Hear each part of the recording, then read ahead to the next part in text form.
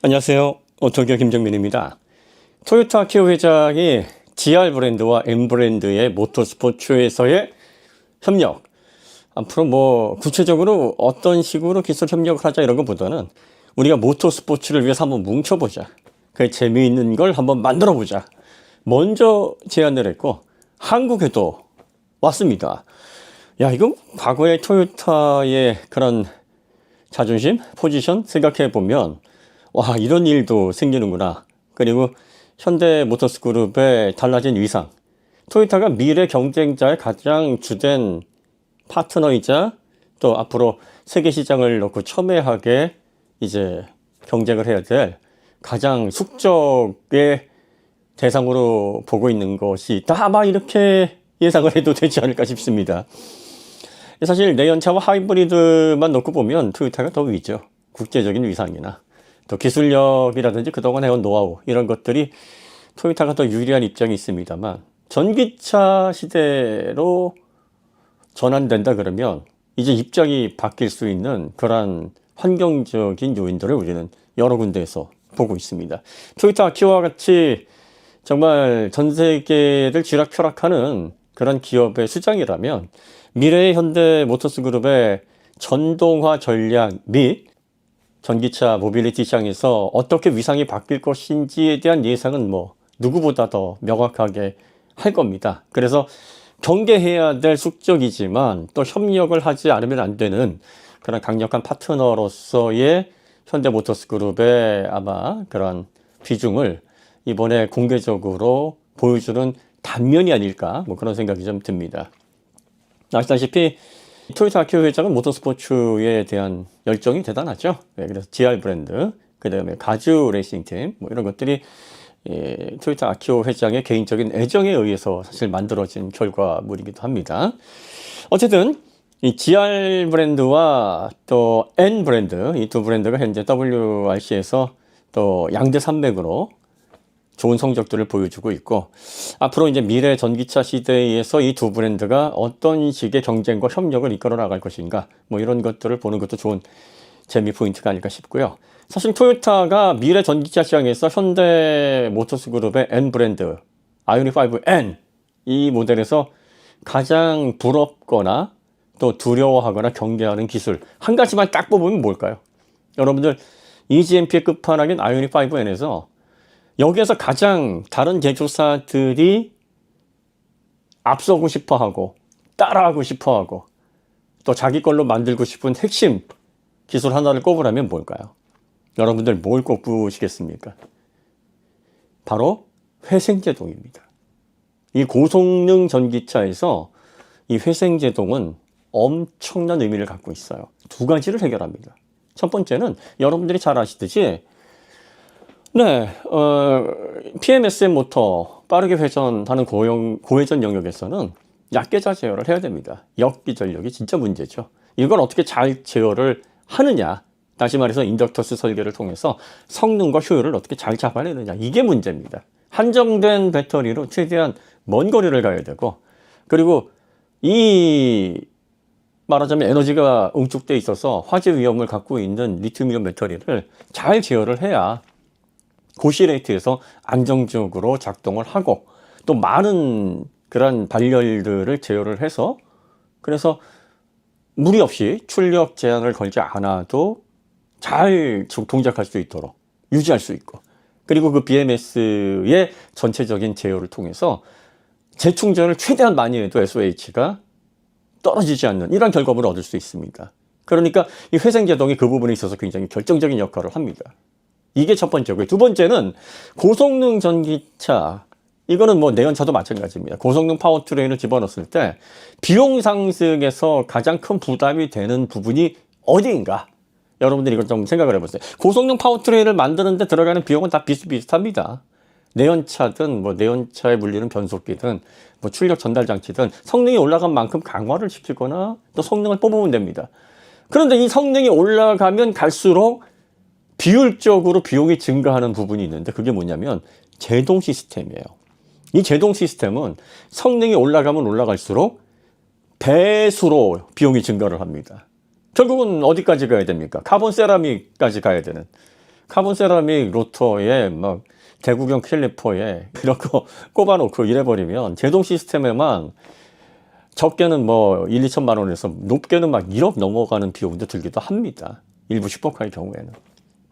그러면 대중적인 그런 개념의 양산차로 모터스포츠의 저변 확대를 하려면 이 PE 시스템에 들어가는 비용도 최소한으로 줄이면서 최대 효과를 거둬야 되겠지만, 기본적으로 우리가 일상적으로 사용하는 주철 브레이크만으로도 이 고성능의 PE 시스템을 제어할 수 있는 제동 시스템이 얹어져야 되는데, 지금까지 내연차, 그리고 또 그 내연차에서 적당하게 전동화를 이루고 있는 특이점이 있다라고 할 수 없는 그러한 전기차들은 어떻게 해야 되냐면, 주철 브레이크만으로 2톤이 넘어가는 그 무게를 감당할 수가 없어요. 아이오닉 5N은 2.2톤입니다, 무려. 휠베이스가 3m입니다. 이런 차를 650마력이나 되는 엄청난 출력을, 그리고 또 그 2.2톤에서 발휘되는 그 엄청난 하중 이동을 주철 브레이크만으로 제어를 합니다. 회생 제동이 그걸 가능하게 하는 거예요. 그러니까 아이오닉 5N이 왜 7,600만 원서부터 시작할 수 있느냐라고 물어본다면, 바로 그 회생 제동이라는 핵심 기술, 이 회생 제동을 통해서 출력과 효율을 다 잡아내고, 또 그걸 통해서 빠르게 전력 회수를 해서 배터리 충전을 해도 오히려 어느 특정 점에서 온도가 내려가는 이러한 현상을 통해서, 그리고 또 극강의 제동형 성능 0.6G나 되는 제동 효과를 통해서 주철 브레이크로 뉴르브르클링을 막 3랩, 4랩 돌아도 브레이크의 열화가 발생하지 않는 이러한 극강의 소프트웨어 제어, 이걸 누가 지금 유일하게 하고 있느냐, 양산차에서 하면 네, 현대의 EGMP 아이오닉 5N이다.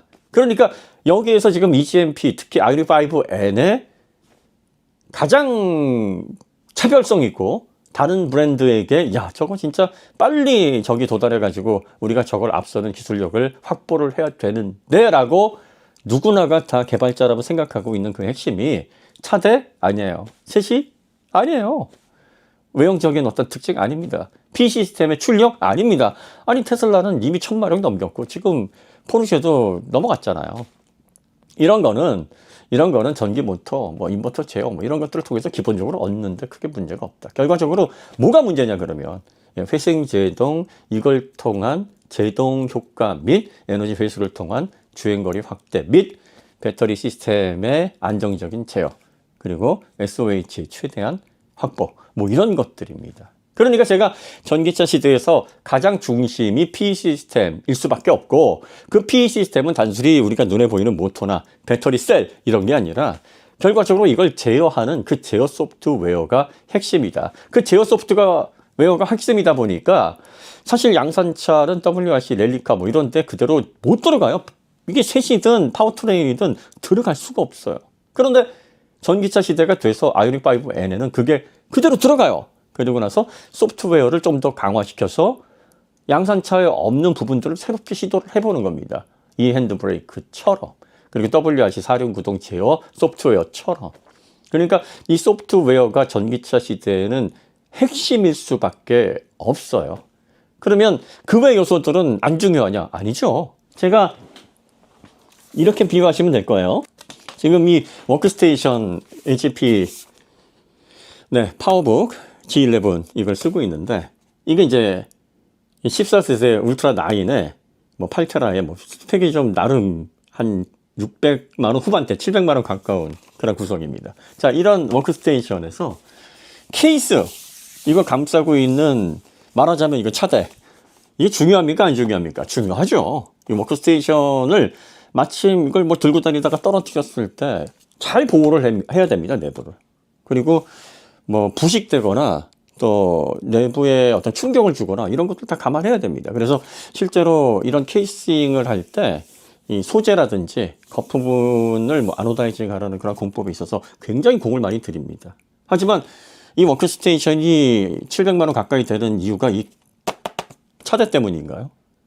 그 안에 담겨져 있는 메인보드라든지 아니면 뭐 그래픽 칩셋, 아이다 3000 그래픽 칩셋이라든지 뭐 이런 요소들인데, 그것만 가지고 또 그렇게 값을 매겨지는 게 아니에요. 특히 에이다 3000 같은 경우에 그래픽 드라이버 이 가치가 굉장히 크고요. 여기에 안에 들어가 있는 보안, 그리고 또 소프트웨어 인증. 이게 워크스테이션에서 엄청난 가격을 부르게 하는 핵심입니다. 기업의 그 엄청난 가치를 담고 있는 콘텐츠와 그 결과물과 그리고 또 어떤 소프트웨어를 사용하더라도 안정적으로 결과물을 뽑아낼 수 있다는 보증. 이게 굉장히 중요한 거예요. 이 워크스테이션이 700만 원 가까이 된다 그러지만 여기 들어가 있는 그래픽 편집 프로그램 이거 한 카피당 수백만 원에서 수천만 원대 되는 것들도 많아요. 어떻게 보면은 직종에 따라서 여기 있는 소프트웨어가 막 억대가 넘어가는 경우도 있습니다. 이런 걸 비하면 뭐 500만 원, 600만 원, 700만 원 이 하드웨어는 진짜 별거 아니에요. 이게 전기전자 시대의 특징입니다. 그러니까 전기차가 전기전자 제어로 넘어가게 됐을 때 더 이상 차대든 뭐든 중요하지 않다는 게 아니라 그 중요성이 역전이 된다는 얘기예요. 그래서 eGMP의 핵심인 P 시스템이 물리적으로 보는 하드웨어의 그 가치를 넘어서 소프트웨어가 얼마나 중요한지 그걸 알아야 되는데 그 소프트웨어에서 지금 현재 상황에서 가장 큰 영향을 주는 게 바로 회생제동이고 토요타도 레이싱의 뭐 레로라 하는 브랜드 중에 하나입니다. 그러다 보니까 전기차 시대가 됐을 때 지금 RN24가 다 줄여냈는데 1880 거의 1.9톤에 달하잖아요.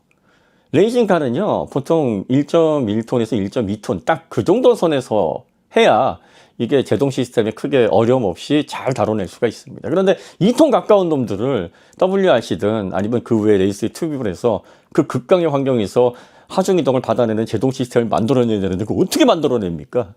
물리적으로 이거 정말 힘든 일이거든요. 만들어낼 수 있는 유일한 방법이 회생제동이에요. 근데 이 회생제동이 결과적으로 그 제동 효과만 내는 이 시스템만 관련이 되어 있는 게 아니라 P 시스템의 인덕턴스 제어서부터 배터리 BMS까지 다 연결이 되어 있어요. 그리고 나서 결과적으로 물리적인 장치의 그런 규모를 어디까지 우리가 정해야 되는지 하드웨어에 직접적인 영향을 미칩니다.